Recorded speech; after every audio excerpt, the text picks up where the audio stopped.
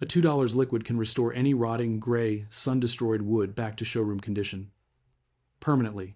No sanding, no contractor, no $900 bill. This formula is over 160 years old, and the wood restoration industry has spent decades making sure you never find out it exists.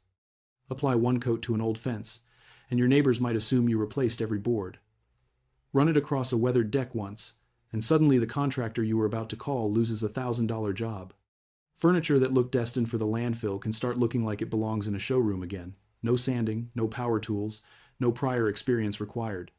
Welcome to Forbidden Vault. If these stories matter to you, hit subscribe and the bell. What makes it even more remarkable is that this formula is not new. Craftsmen already knew it by heart in the 1930s, long before the Second World War. Cabinet makers passed the recipe down quietly, almost like a family secret. But at some point, the wood restoration industry recognized something inconvenient. If homeowners ever discovered this simple liquid, many would never hire a contractor again. A $2 solution replacing a $900 service is not good for business. So the formula slowly disappeared from public conversation, not because it failed, but because it worked too well. This is the story of the liquid the wood industry would rather you never hear about. To understand this formula, we have to go back to where it all began. In 1860, a British inventor named Frederick Walton noticed something unusual in his London workshop. He had accidentally left a can of linseed oil open overnight. By morning, a thin skin had formed across the surface, rubbery, yet surprisingly tough, harder than varnish, more flexible than lacquer. Walton realized the oil had been reacting with oxygen in the air, forming a natural polymer. Fascinated, he spent the next 3 years refining the process at a factory just outside London.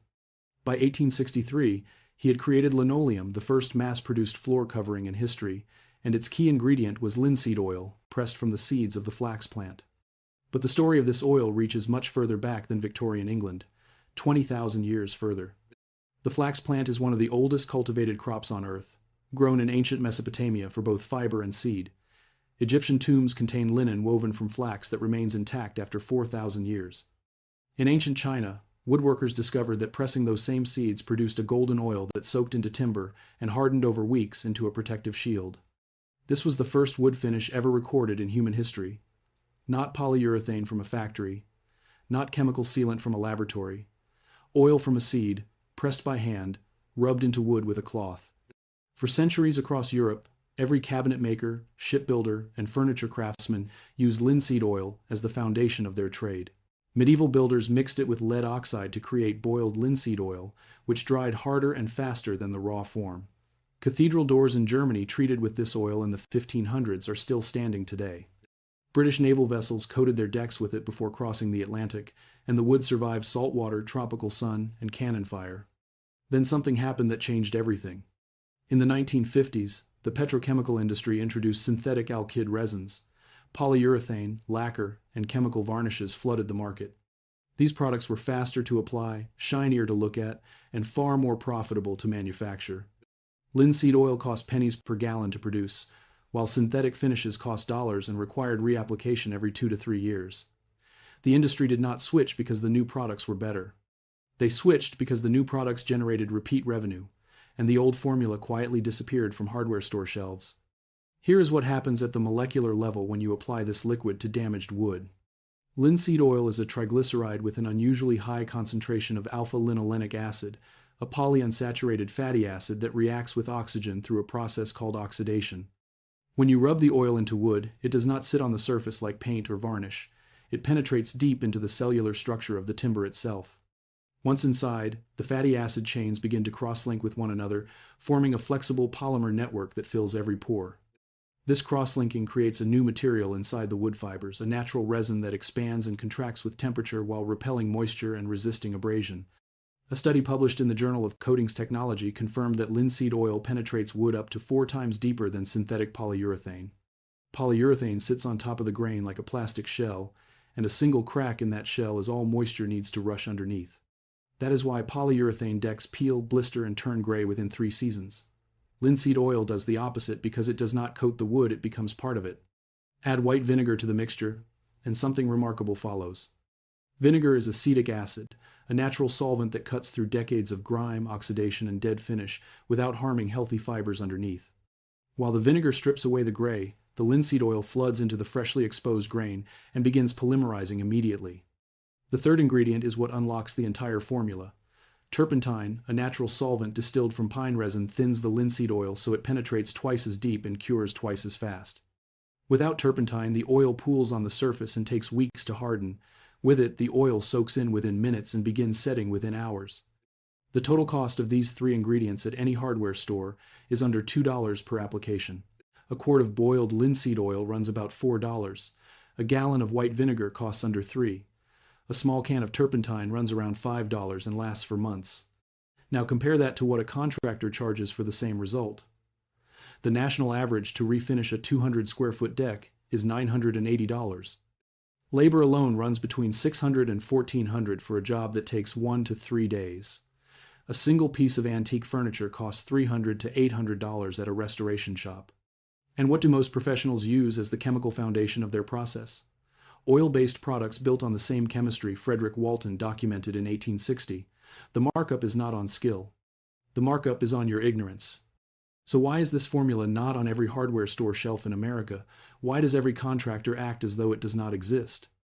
Because the wood restoration industry generates nearly $2 billion per year in product sales alone. The broader home restoration market in the United States reached $210 billion in annual revenue. That is the size of the machine that profits from your ignorance of three ingredients you can buy for pocket change. Deck refinishing alone costs homeowners an average of $900 to $2,700 per project, and the industry recommends refinishing every 2 to 3 years. That is roughly $1,000 every 3 years for a single deck. Over 20 years of home ownership, that becomes nearly $7,000 spent on one wooden platform behind your house, a platform you could maintain yourself for under $10 total, using a formula that predates the invention of television. Multiply that by the 75 million single-family homes in America with wooden decks, fences, porches, pergolas, furniture, floors, cabinets, trim, window frames, and doors.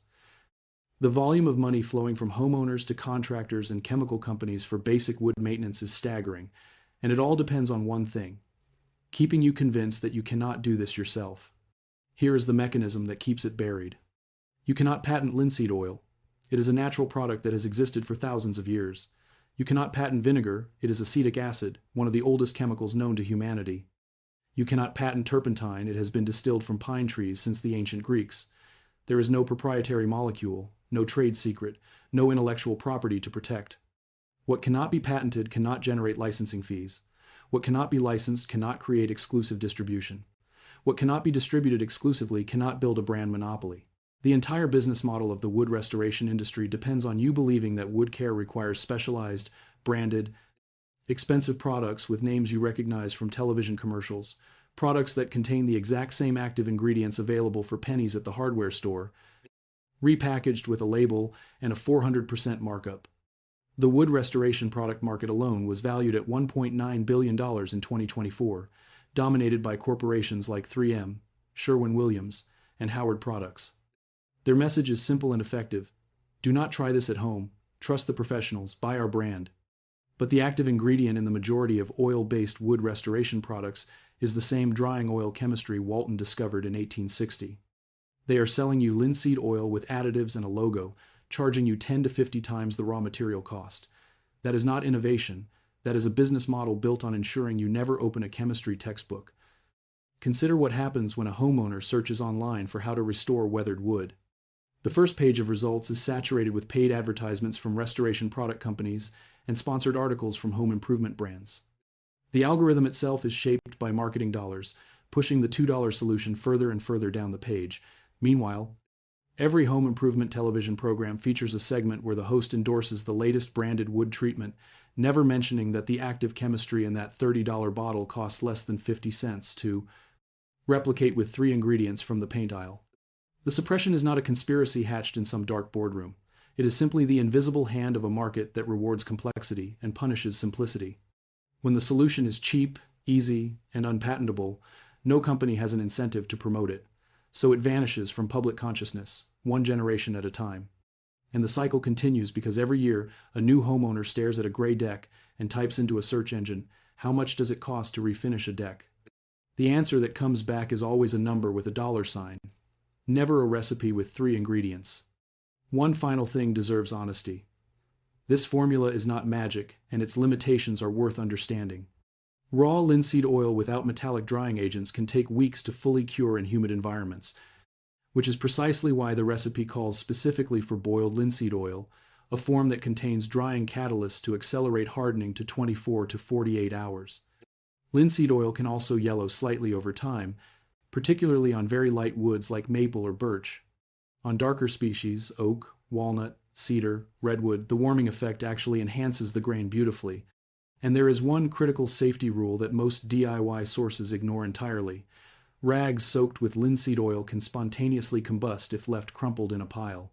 Always spread used rags flat to dry outdoors, or submerge them in water inside a sealed metal container before disposal. This is not a precaution, it is a life safety requirement.